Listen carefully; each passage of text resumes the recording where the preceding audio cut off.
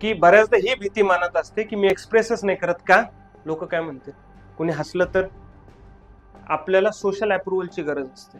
Similarly एक्झामिनरच्या अप्रुव्हलची गरज. तू तुझं मांड ना. तुला तुझं मांडताना तू विचार कर, मी माझं जे मांडतो आहे, मत, भावना, काही पण व्यक्त करतोय, हे सगळीकडे लागू होतं.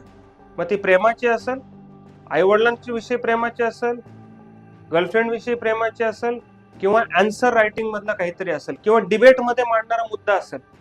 If you have some logic behind it, जर तू तुझ्या उत्तराला डिफेंड करू शकलास with proper proof, statistical logic, तर युअर आन्सर स्टँड्स.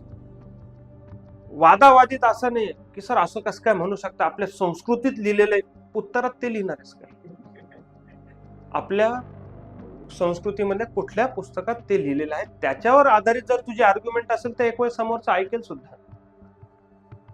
मला फक्त तू आवडतेस का, तू कोण आहेस, तिला का आवडशील तू, हे सगळा विचार करून तू तुझा प्रपोजल नीट मांडलंस तर तिकडे विचार होईल ना त्या प्रपोजलचा काहीतरी.